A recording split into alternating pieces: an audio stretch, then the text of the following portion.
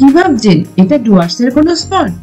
একদমই নয়, এটা দক্ষিণবঙ্গের পশ্চিমের জেলা পুরুলিয়া, যা প্রতিনিয়ত তার প্রাকৃতিক সৌন্দর্য টানি নিয়ে পর্যটকদের হাতছানি দিয়ে রাখছে। কালো পিচের রাস্তার দুধারে গভীর জঙ্গল, সবুজে ঘিরে পাহাড়, শান্ত গ্রাম্য পরিবেশ, নাম না জানা পশু পাখির কোলাহল আর পাঞ্চেত গ্রামের বিস্তীর্ণ জলরাশি, সব একসাথে চাক্ষুষ করতে গেলে আপনাদেরকে আসতেই হবে পুরুলিয়া জেলার গড়পঞ্চকোটে। আপনারা অনেকেই হয়তো এখানে এসছেন, তবুও আমাদের চোখ দিয়ে দেখে নিন সবুজে ঘেরা গড়পঞ্চকোটের অপার সৌন্দর্য। এই আমাদের লাগেজ নিয়ে যাচ্ছি গাড়িতে রাখার জন্য। আমরা এখন স্টার্ট করলাম মাইথন টুরিস্ট লজ থেকে। এখন বাজে 10:30। আমরা এখন যাব পাঞ্চেত প্রথমে, তারপর সেখান থেকে আমরা গড়পঞ্চকোটটা দেখার চেষ্টা করব, করে তারপর আমরা বরন্তিতে পৌঁছাবো। এখন বাজে সকাল 10:30 এবং বেশ সুন্দর ঝলমলে ওয়েদার। আজকে তো রবিবার, কি ফলে এই মাইথনের পুরো চারপাশে পিকনিক হচ্ছে, আর পিকনিক করছে, সব গান বাজছে, ভালো লাগছে, বেশ একটা শীতের পরিবেশ তৈরি হয়ে গেছে। এই আমরা এখন মাইথন ড্যামের উপর দিয়ে যাচ্ছি। কালকে যেখানে আমরা যেই রাস্তা দিয়ে গেছিলাম, আজকে সেই রাস্তা দিয়ে যাচ্ছি ঝাড়খণ্ডের দিকে। পাঞ্চেতে যাওয়ার দুটো রাস্তা আছে, একটা হচ্ছে ওয়েস্ট বেঙ্গলের দিক দিয়ে যাওয়া যায়, আর একটা হচ্ছে এই যে রাস্তাটা মাইথন ড্যামের উপর দিয়ে, এই রাস্তাটা ধরে ঝাড়খণ্ডের দিক দিয়ে পাঞ্চেতে যাওয়া যায়। তো আমরা এই রাস্তাটা শুনেছি ভালো, তো এই জন্য এই রাস্তা দিয়েই আমরা যাওয়ার ঠিক করেছি। এই যে আবার দেখতে পাচ্ছি সামনে এই দিকেরটা হচ্ছে সবুজ দ্বীপ। এই আমরা ওয়েস্ট বেঙ্গল ক্রস করে গিয়ে ঝাড়খণ্ডে ঢুকছি। এখানে বোটিং এরও জায়গা আছে, আর প্রচুর দোকানপাটও আছে খাওয়া দাওয়ার। রবিবার বলে এখন থেকে সব লোকজনে ভর্তি। এই বাদিকে আবার একটা পার্ক আছে, কালকেও দেখেছিলাম মিলেনিয়াম পার্ক, যদি আমরা যাইনি আর কি। এখানে ফ্রি পার্কিং জোন আছে এখানটাতে। আচ্ছা, এই মিলেনিয়াম পার্কের দিকে।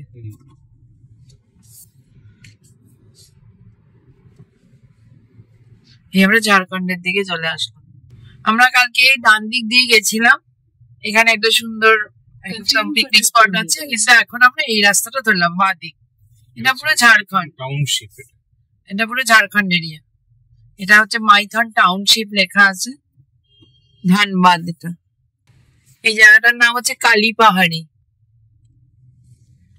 আমার মনে হয় টেনিদার গল্পে টল্পে পড়েছি, জানো, ওই যে সেই ঘুটঘুটানন্দ চার মূর্তি, যেটা ওখানে মনে হয় দেখেছি কালী পাহাড়ি।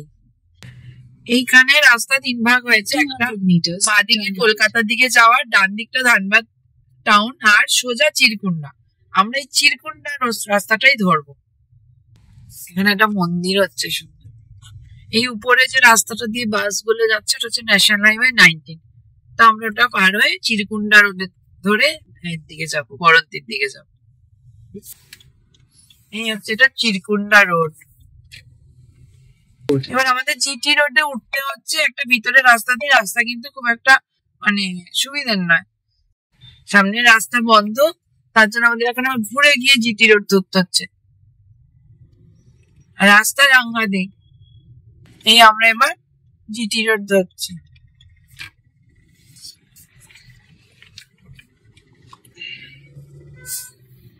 ফ্লাইওভারের উপর দিয়ে যাচ্ছি। এখনো পর্যন্ত রাস্তা একদম স্যাটিসফ্যাক্টরি নয়। রাস্তার কোয়ালিটি ভালো, সিনিকও নয়, মানে শুধু মানে আউটডোর দিক থেকে গাড়ি দাঁড়িয়ে আসছে, আর স্পিডও নেওয়া যাচ্ছে না একটি গাড়িতে, আর সিনিকও নয়। এই আমরা এখন চিরকুন্ডাতে ঢুকছি। এই চিরকুন্ডা দিয়েই যেতে হবে, পুরুলিয়ার দিকটা ধরতে হবে। Grand trunk road, then turn right onto Nehru road. এটা গ্র্যান্ড ট্রাঙ্ক রোড মানে জিটি রোড। এখান থেকে সোজা গেলেই কলকাতা 258, দুর্গাপুর 68, মানে এটা জিটি রোড দিয়ে। আর আমাদের চিরকুন্ডা হয়ে ডান দিকে যেতে হবে, রেলওয়ে স্টেশন বাদিক। আচ্ছা, এই যে দেখাই যাচ্ছে ডান দিকে 9 কিলোমিটার গেলে পরেই পাঞ্চেত রোড। ওটা হচ্ছে নেহেরু রোড, ওটার নাম কিলোমিটার যেতে হবে। সোজা বরাকর 3 কিলোমিটার, সোজা গেলে দুর্গাপুর, আসানসোল 20 কিলোমিটার, দুর্গাপুর 68, কলকাতা 258। এই আমরা এখন নেহেরু রোডে ঢুকলাম। এই রাস্তাটা এবার ভালো। এই রাস্তাটা হচ্ছে পুরুলিয়া চিরকুন্ডা রোড, এটা নেহেরু রোড বলে আর কি। বাদিকে পুরুলিয়া টাউনটা 80 কিলোমিটার গেলে সোজা চলে যাচ্ছে ধানবাদ, সিন্দ্রি।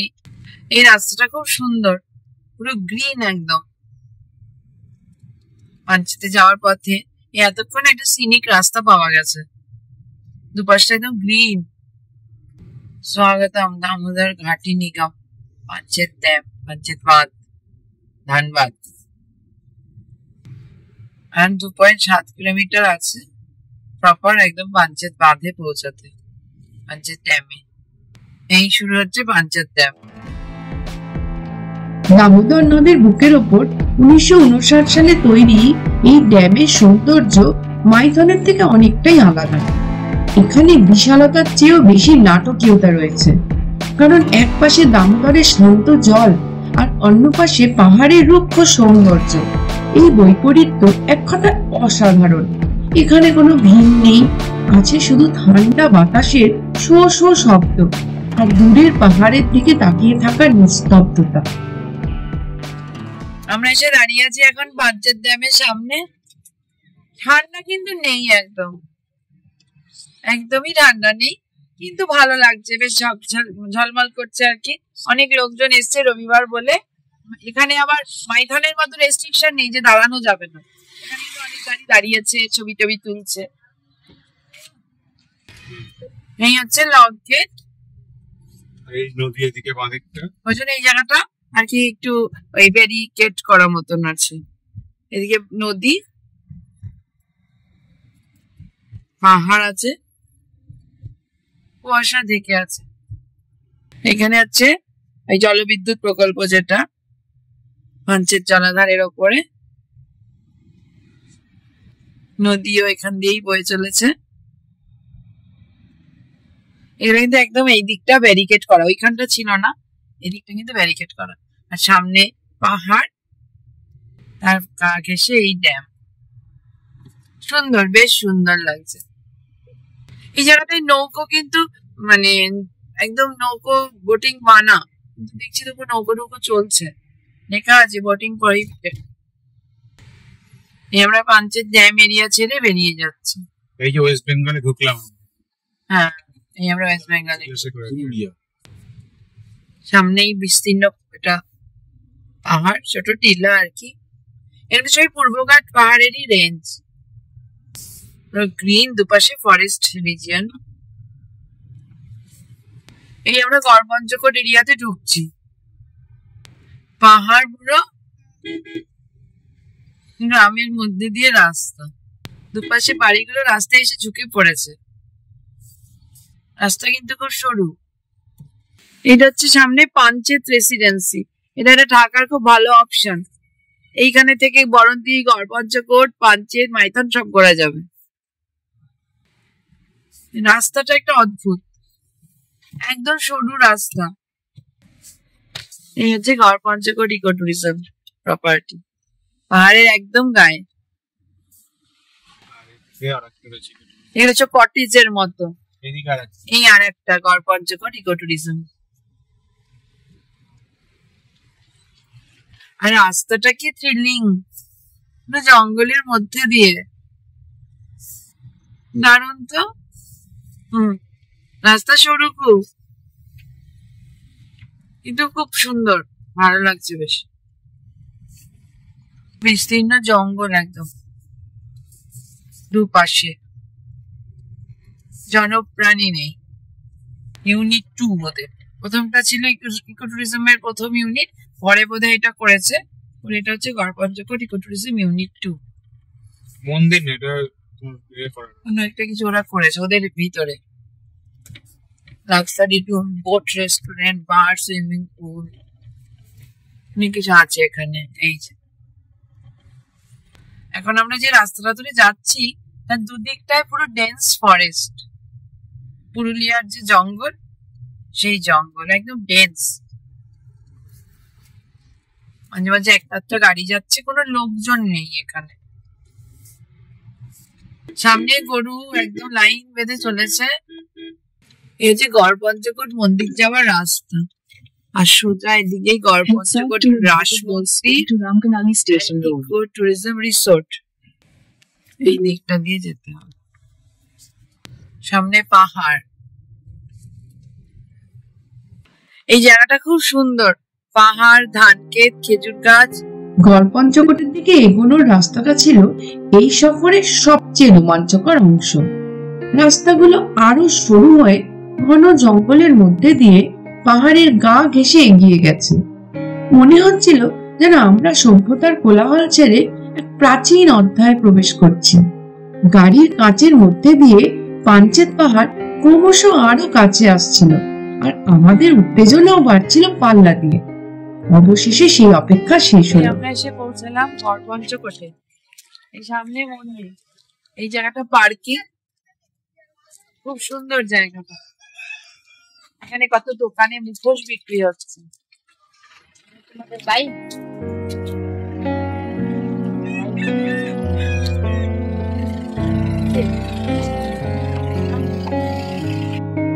পাঞ্চেত পাহাড়ের কোলে লুকিয়ে থাকা গড় পঞ্চকোট এমন এক জায়গা যার বাতাসেও মিশে আছে ইতিহাস।